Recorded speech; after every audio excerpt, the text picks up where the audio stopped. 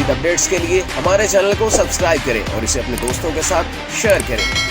اساس نیوز کے ناظرین السلام علیکم، ہم ارشاد چودھری نئی ویڈیو کے ساتھ آپ کی خدمت میں حاضر ہیں۔ آج ہم جو ویڈیو لے کر آئے ہیں اس کا تعلق جو ہے وہ آپ کو پتہ ایک پاکستانی فیملی کی بچی کا 2 سال پہلے جو ہے وہ مرڈر ہوا تھا، اور وہ کیس جو ہے وہ اٹلی میں چل رہا ہے اور اٹلی میں بار بار ہائی لائٹ بھی ہو رہا ہے۔ اب جو ہے وہ اس کیس کے ایک ملزم جو اس بچی کا والد بھی تھا،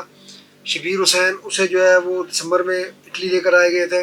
اور اب اس کے بعد ان کے آنے کے بعد پہلی بار عدالت کی کارروائی باقاعدہ شروع ہو گئی ہے۔ تو اس میں بڑے 2 عجیب موڑ آئے ہیں، 2 سماعتیں ہوئی ہیں، ایک جمعے کو ہوئی ہے 27 اکتوبر کو، اور ایک پیر کو ہوئی ہے۔ اب ان 2 سماعتوں میں بالکل ایک الگ الگ صورتحال پیش ہے۔ جب جمعے کو سماعت شروع ہوئی تو جج نے اس کیس میں جو واحد گواہ ہے وہ اس بچی کا جو سمن باز تھی، اس کا بھائی ہے علی حیدر، اور جب یہ واقعہ پیش آیا تھا 2 سال پہلے، اس وقت اس کی عمر 16 برس تھی۔ اس کے بعد وہ حکومت کی پروڈکشن میں رہا 2 سال، لیکن جب جمعے کو یہ معاملہ اسے عدالت میں پیش کیا گیا، اب ظاہر 18 سال کا ہو گیا ہے، تو وہاں جج نے جو ہے یہ کہا کہ یہ بچہ جو ہے، لڑکا جو کہ اب ظاہر جوان ہو گیا، 18 سال کا ہو گیا، بالغ ہو گیا، وہ بھی مشتبہ ملزم عدالت نے اسے قرار دے دیا، اور اس نے جو اس سے پہلے جتنے بیان ریکارڈ کرائے ہوئے تھے، عدالت نے کہا کہ ان کی اب کوئی قانونی حیثیت نہیں ہے۔ اب یہ اس کے پیچھے کیا معاملہ ہے تو اطالوی میڈیا میں ابھی تک یہ بات سامنے نہیں آئی ہے، لیکن بظاہر ایسا لگتا ہے کہ اس سے پہلے جو بات سامنے آئی تھی وہ یہ تھی کہ اس لڑکے پر جو علی حیدر ہے، اس کے اوپر اس کی والدہ، اس کی پھوپھی اور دیگر جو ہے پاکستان سے اطالوی پروسیکیوٹرز نے بتایا تھا کہ فون کر کے دباؤ ڈال رہے ہیں، اور وہ یہ کہہ رہے ہیں کہ وہ اپنے بیان سے منحرف ہو جائے۔ اچھا، یہ جیسا کہ میں نے بتایا کہ آپ کو یہ اس کیس میں واحد چشمدید گواہ جسے پروسیکیوٹرز نے بنایا وہ یہی ہے، اور اسی نے یہ بتایا تھا کہ جو ہے وہ میرے چچا دانش حسین نے میری مشیرہ کو، مسمن کو قتل کیا تھا۔ اچھا، اس دن جو ہے جمعے کو جب یہ سماعت ہوئی تو اس میں اس کو مشتبہ عدالت نے ملزم قرار دے دیا، اور پھر سے اس کی گواہی بھی جو ہے اس سے پہلے وہ بیان دے چکا تھا وہ سب مسترد کر دی گئی۔ لیکن جب 3 دن کے بعد پیر کو دوبارہ اسے پیش کیا گیا تو پھر اس کی گواہی جو ہے وہ اب ریکارڈ ہو گئی ہے۔ اب دوبارہ اس کو جو ہے اس کی گواہ کی حیثیت بحال کی گئی اور اس کا بیان ریکارڈ کر لیا گیا۔ اب اس بیان میں اس نے کیا کہا ہے؟ اس میں اس نے علی حیدر نے کہا جی میں اس سے پہلے جھوٹ بولتا رہا ہوں۔ سب سے پہلے تو یہ ہے کہ اس نے اپنے آپ کو مزید اس معاملے میں مشکوک ہی بنا دیا ہے، کیونکہ ایک گواہ اگر بیان بدلی کرے تو عدالت پھر اس کے اوپر جو ہے اس کا عدالت کا بھروسہ ٹوٹ جاتا ہے، یہ پوری دنیا میں یہی ہوتا ہے۔ تو اس نے کہا نہیں جی میں تو پہلے جھوٹ بولتا رہا ہوں، اور میں نے جب یہ کہا تھا کہ جی میری بہن کو صرف میرے چچا دانش حسین نے قتل کیا تھا تو وہ بیان میرا ٹھیک نہیں تھا۔ میرے دونوں جو کزن ہیں، نعمان الحق اور اعجاز اکرم، جو وہ دونوں بھی ادارہ گرفتار ہیں اس کے والد شبیر حسین کے ساتھ، یہ دونوں بھی جو ہے اس نے کہا جی ملوث ہیں، اور میں نے گھر میں سنا تھا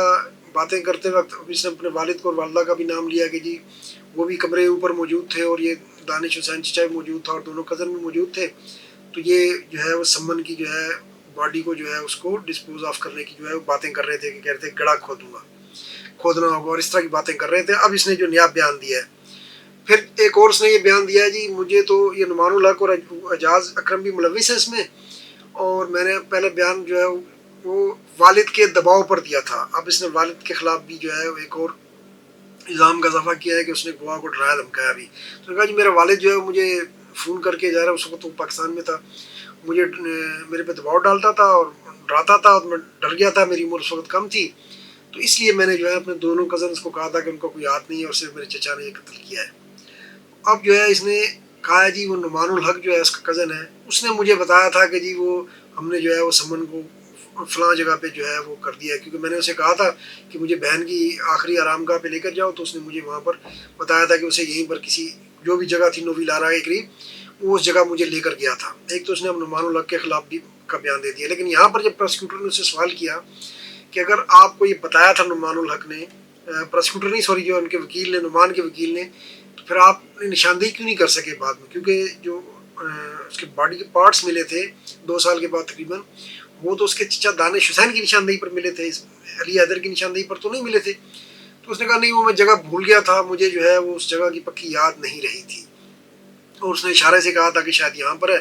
اور اس وقت جو ہے وہ میں دباؤ کا شکار بھی تھا، اس لیے مجھے وہ صحیح یاد نہیں رہی۔ تو اس میں جو ہے نا اس نے مسلسل جو ہے بیان، پہلے بیان تبدیل ہوئے، پہلے گواہ، پھر ملزم مشتبہ قرار دیا گیا، پھر گواہ، تو اب بیان جو ہے اس نے اتنے تبدیل کر دیے ہیں کہ اس نے عجیب و غریب صورتحال پیش اپنا اس کے لیے عدالت کے بھی پیدا کر دی ہے۔ بہرحال یہ پہلی بار ہوا ہے، اور یہ اپنے والد کے خلاف بھی اس نے یہ بات کر دی ہے کہ والد بھی جو ہے اس مشاورت میں شامل تھا، والدہ بھی شامل تھی، نادیہ شاہین جو ہے ان کی والدہ کا نام ہے، اور یہ تینوں جو ہے دانش حسین اس کا چچا اور جو دونوں کزن ہیں ان تینوں کو بھی اس نے ملوث قرار دیا، جبکہ اس سے پہلے وہ سارا الزام کوشش اس کی ہوتی تھی کہ ملبہ سارا دانش حسین پر ڈال دیا جائے۔ تو اب یہ جو ہے وہ کیس جو ہے اس میں ایک عجیب کھچڑی سی پکتی جا رہی ہے، اور دیکھتے ہیں کہ آگے کیا ہو رہا ہے، اس کیس میں آگے کیا ہوتا ہے۔ لیکن اس فیملی کی مشکلات ایسا لگتا ہے کہ جلدی ختم ہوتی ہوئی نظر نہیں آ رہی۔ انہوں نے جو کچھ کیا وہ اس کا معاملہ جو ہے یہ لمبا ہی ہوتا جا رہا ہے، اور اس کے بچے نے تو بدلتے ہوئے بیانات جو ہیں اب ان کا پتہ نہیں آخر میں عدالت کیا نتیجہ نکالتی ہے، لیکن اس بچے نے بہرحال اب جو ہے بیان بدلی کیا ہے، اور اس بیان بدلی کرنے کے نتیجے میں پہلے وہ چاچا عمر پر ڈال رہا تھا، اب وہ باقی دونوں کزن پہ بھی ڈال دیا، اور والد پر بھی ڈال دیا کہ مجھ پر دعا بھی ڈالتا تھا